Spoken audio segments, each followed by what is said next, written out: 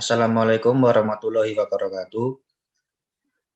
Pada kesempatan kali ini, kami dari kelompok 8 akan mempresentasikan hasil kerja dari kelompok kami pada mata kuliah Sistem Distribusi dan SCADA kelas B dengan judul tugas yaitu Komunikasi Modbus dengan RS485 dan Arduino sebagai slave. Next. Untuk kelompok 8 sendiri terdiri dari saya sendiri, yaitu Almas Faisal dengan NIM 181910201022. Dan rekan saya, Kamalia Kanza Agustin dengan NIM 181910201038. Next. Pada kesempatan kali ini, kelompok kami akan membahas yang terdiri dari 3 topik pembahasan. Topik pertama yaitu pengertian serial komunikasi RS485 dalam komunikasi SCADA. Yang kedua, contoh rangkaian serial komunikasi RS485. Dan yang terakhir yaitu memprogram komunikasi Modbus RS485 dengan Arduino sebagai slave. Untuk penjelasan selanjutnya akan disampaikan oleh rekan saya yaitu Kamalia. Dipersilahkan. Baik, untuk pembahasan yang pertama yaitu pengertian RS485 dalam komunikasi SCADA. RS485 atau Recommended Standard 485 adalah bentuk sederhana dari protokol komunikasi serial yang digunakan untuk mengirim dan menerima data. RS485 juga merupakan bentuk komunikasi serial yang lebih cepat dari RS232. Spesifikasi dan konfigurasi RS485 membuat lebih cepat dan memperluas jangkauan transmisi data. Panjang kabel maksimumnya adalah 1.200 meter, yaitu sekitar 4.000 kaki. Kemudian, untuk pembahasan selanjutnya yaitu kelebihan dan kekurangan dari RS485. Kelebihan RS485 yang pertama adalah RS485 mendukung kecepatan transfer data dengan maksimum 30 Mbps. Kemudian yang kedua yaitu mendukung untuk transfer data dengan jarak yang mencapai 1.200 meter lebih panjang dibandingkan dengan protokol RS232. Kemudian yang ketiga yaitu keuntungan utama dari RS485 dibandingkan RS232 adalah lebih banyak slave device dengan master device tunggal, sementara RS232 hanya mendukung slave device tunggal saja. Kemudian kelebihan yang selanjutnya yaitu mendukung perangkat yang mencapai 32 slave device yang terhubung ke protokol RS485. Kemudian kebal terhadap kebisingan karena menggunakan metode sinyal diferensial dalam transfer datanya. Kemudian yang terakhir adalah kecepatan data dari RS485 lebih cepat dibandingkan dengan protokol I2C. Sedangkan kekurangan dari RS485 di sini diperlukan kabel komunikasi yang khusus. Kemudian di sini ada contoh input-output dari RS485. RS485 menggunakan line driver, kabel berpasangan beda fase atau diferensial. Di sini ada input dan output dari RS485 single line. Untuk semisal input dari RS485 di sini menggunakan input 0, kemudian untuk tiap fasanya atau tiap line-nya di sini untuk line A akan bernilai 1, kemudian untuk B-nya 0, kemudian untuk output-nya sama dengan input yaitu 0. Kemudian saat input bernilai 1, maka line A ini akan bernilai 0 atau berkebalikan dari inputnya, sedangkan yang B bernilai 1, kemudian outputnya akan sama dengan input, yaitu 1. Kemudian panjang kabel bisa mencapai 1,2 km maksud saya. Hal ini lebih panjang daripada RS232.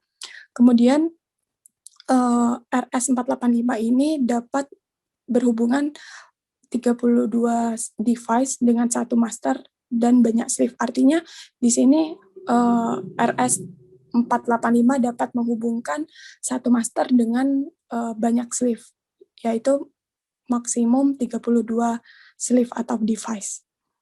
Kemudian untuk pembahasan selanjutnya, di sini merupakan penggambaran atau implementasi dari komunikasi RS232 dan RS485.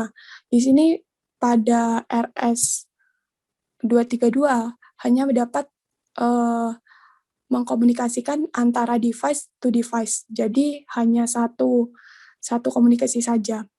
Untuk RS485 di sini komunikasinya bisa kepada banyak sleeve atau banyak device. Jadi satu device ini dapat berfungsi sebagai master atau peminta data.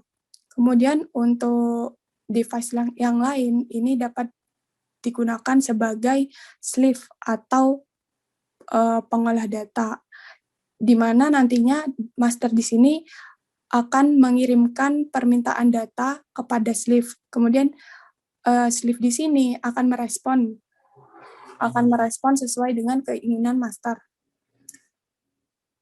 Kemudian di sini ada contoh rangkaian serial komunikasi dari RS485.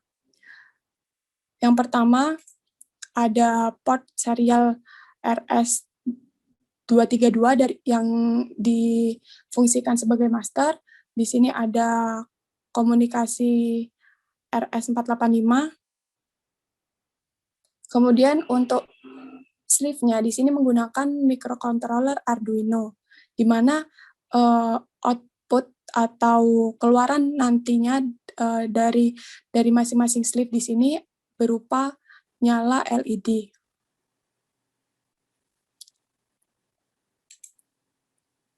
Nah, kemudian di sini ada rangkaian di program Proteus, sama seperti slide sebelumnya. Ada master di sini dari input PC. Kemudian ada sleeve 1, sleeve 2, dan sleeve 3, di mana antar sleeve ini terhubung menggunakan RS485. Untuk outputnya di sini menggunakan LED. Baik, untuk penjelasan selanjutnya yaitu tentang program yang akan disampaikan oleh Almas Faisal. Baik, untuk pembahasan selanjutnya yaitu mengenai program yang digunakan untuk memprogram atau mengendalikan serial komunikasi. Di sini kelompok kami menggunakan aplikasi Arduino IDE untuk memprogram rangkaian serial komunikasi Modbus. Di sini terdapat include, di mana merupakan library yang akan digunakan, yaitu berupa library Modbus. Kemudian selanjutnya mendefinisikan Modbus device dan Modbus slave sebagai rack bank dan slave. Kemudian selanjutnya untuk voice setup nanti merupakan instruksi yang akan dibaca oleh Arduino, di mana rack bank set ID yaitu merupakan set slave ID atau alamat slave yang akan digunakan. Karena pada rangkaian terdapat 3 slave, maka set ID terdapat set ID 1, 2, dan 3. Kemudian untuk serial begin 9600 yaitu merupakan baud rate yang akan digunakan dalam serial komunikasi kali ini. Selanjutnya yaitu rackbank.add, yaitu merupakan input yang akan digunakan dengan input register pada pin 2. Selanjutnya pada rackbank add 13 yaitu merupakan digital outputnya pada pin 13. Kemudian program selanjutnya yaitu slave device sama dengan rackbank. Jadi slave device atau Arduino akan membaca fungsi dari rackbank, di mana rackbank sendiri merupakan alamat dari output digital. Untuk slave set baud rate-nya sama, yaitu menggunakan 9600. Selanjutnya untuk pin mode, di sini terdapat 2 pin mode, yaitu pin 2 dan pin 13, di mana pin 2 merupakan input dan pin 13 merupakan output. Jadi pin 2 merupakan input yang terhubung pada serial komunikasi RS485, sedangkan pin 13 digunakan untuk menghubungkan antara output, yaitu output berupa lampu LED atau LED. Selanjutnya, pada fungsi void loop akan digunakan fungsi berulangan, yaitu fungsi yang akan terbaca berulang kali selama instruksi masih berjalan. Di mana untuk digital inputnya yaitu dengan byte D13, kemudian akan terbaca digital read 2. Kemudian jika if D13 lebih dari sama dengan 1, maka read bank set yaitu pada alamat input 10.0002 akan dalam kondisi 1. Kemudian jika if D13 kurang dari sama dengan 0, maka read bank set pada input 10.0002 akan dalam kondisi 0. Untuk digital outputnya, kita mengintegrasikan integer D013 yaitu readbank.g13. Di mana jika if DO13 kurang dari sama dengan 0 dan digital read sama dengan 13, maka akan dalam kondisi high dan digital write akan dalam kondisi low atau lampu akan mati. Kemudian jika if DO13 lebih dari sama dengan 1 dan digital read 13 yaitu sama dengan low, maka digital write adalah 13 atau dalam lampu kondisi hidup. Dan kemudian untuk menjalankan fungsi Modbus kali ini, yaitu menggunakan fungsi slave.run, sehingga slave pada Arduino akan dapat bekerja. Kemudian next.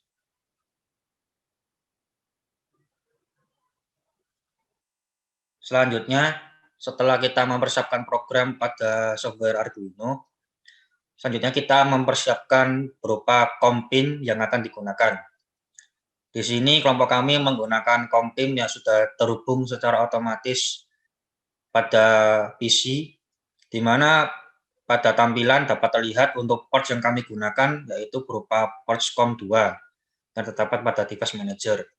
Karena ini berupa simulasi dan jika pada setiap PC tidak terdapat device manager yang terhubung dengan port, maka dapat menggunakan software simulasi untuk membuat COM secara virtual, yaitu semisal VSPE. Next. Kemudian ini merupakan key Modbus. Key Modbus di sini pada tugas kali ini kita fungsikan sebagai master yang akan mengontrol atau mengendalikan rangkaian komunikasi kali ini, di mana key Modbus akan berkomunikasi dengan ketiga slave, yaitu untuk meminta data, sehingga key Modbus dapat mengontrol nyalanya lampu LED pada ketiga Arduino. Baik, mungkin cukup sekian presentasi dari kelompok kami. Kemudian setelah selesai dalam mempresentasikan materi, selanjutnya kita langsung saja beralih ke simulasi secara langsung. Pertama yaitu membuka software Proteus. Di sini dapat terlihat pada software Proteus yang telah terpasang sesuai pada PowerPoint sebelumnya, dapat disesuaikan rangkaiannya, terdapat COM-pin, kemudian terdapat cara komunikasi, terdapat 3 slave, dan terdapat beban berupa ketiga lampu LED. Kemudian jika sudah merangkai, selanjutnya adalah membuka device manager.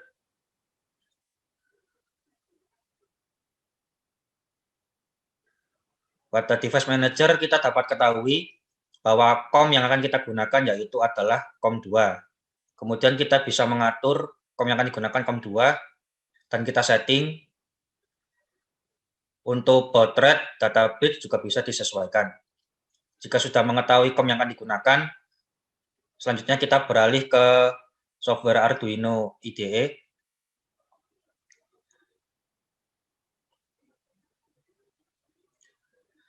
Di sini pada tampilan terdapat 3 tampilan software dari Arduino IDE. Yang membedakan ketiga program tersebut terdapat pada alamat atau address dari setiap slave. Jadi dari program sebelah kiri yaitu readbank set ID 1, yang tengah readbank set ID 2, dan yang sebelah kanan yaitu readbank set ID 3. Jadi untuk program ini yaitu satu slave akan mendapatkan satu program, di mana program keseluruhan isinya sama, namun yang membedakan hanyalah pada pengalamatan slave. Kemudian jika sudah memprogram, kemudian kita klik Tools pada Arduino IDE. Kita sesuaikan untuk boardnya yaitu Arduino IDE, Arduino Uno maksud saya. Kemudian untuk port kita sesuaikan pada port yang telah terdapat pada device manager yaitu COM2. Jika sudah, kita bisa memverify program tersebut dan akan muncul tampilan done compile. Jika sudah terdapat done compile, selanjutnya kita mencari file .hex, di mana file .hex merupakan file yang dapat digunakan untuk mensimulasikan pada slave Arduino. Kemudian kita copy paste dan kita copy paste pada setiap slave, di mana setiap slave akan mendapatkan program hex yang berbeda karena pada program kali ini kita menggunakan 3 program yang berbeda.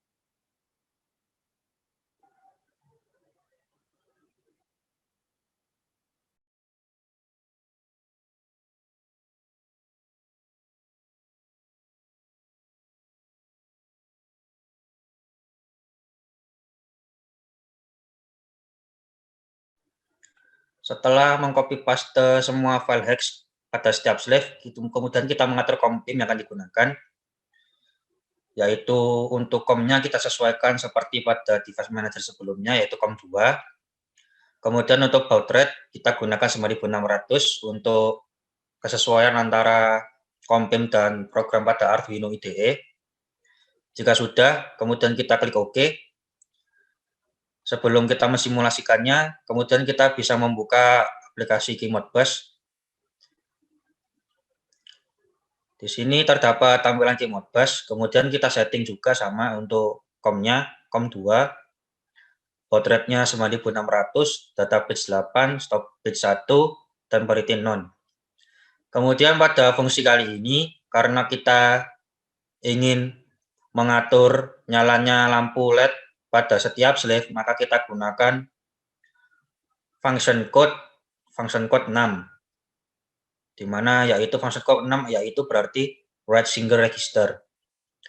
Kemudian untuk slave ID kita bisa sesuaikan untuk slave ID dimulai dari 1, bisa 2 dan bisa 3. Dan untuk start address nanti merupakan tampilan dari banyaknya data yang akan kita ingin ketahui. Jika sudah, kemudian kita bisa mengklik start pada software Proteus untuk menjalankan simulasi, dan kita bisa mengontrolnya melalui software Modbus, KeyModBus sebelumnya. Jadi kita menggunakan function code register fungsi 06 untuk dapat mengatur nyalanya LED. Kemudian jika kita ingin mengatur nyalanya lampu LED pada bagian data, kita bisa menggunakan fungsi 1 agar LED dapat menyala. Kemudian kita klik send. Berdasarkan hasil simulasi dari kelompok kami memohon maaf yang sebesar-besarnya karena dalam melakukan simulasi protokol komunikasi Modbus dengan RS485 kali ini, kelompok kami masih belum dapat melakukannya dengan sebaik mungkin dan masih belum berhasil dalam melakukan simulasi. Mungkin cukup sekian yang dapat kelompok kami sampaikan pada tugas protokol Modbus RS485 dengan Arduino sebagai slave. Saya Almas Faisal dan rekan saya Kamalia Ganja Agustin memohon maaf yang sebesar-besarnya jika terdapat banyak kekurangan dan kesalahan dalam menyampaikan materi maupun menjelaskan tugas kali ini. Saya akhiri. Wassalamualaikum warahmatullahi wabarakatuh.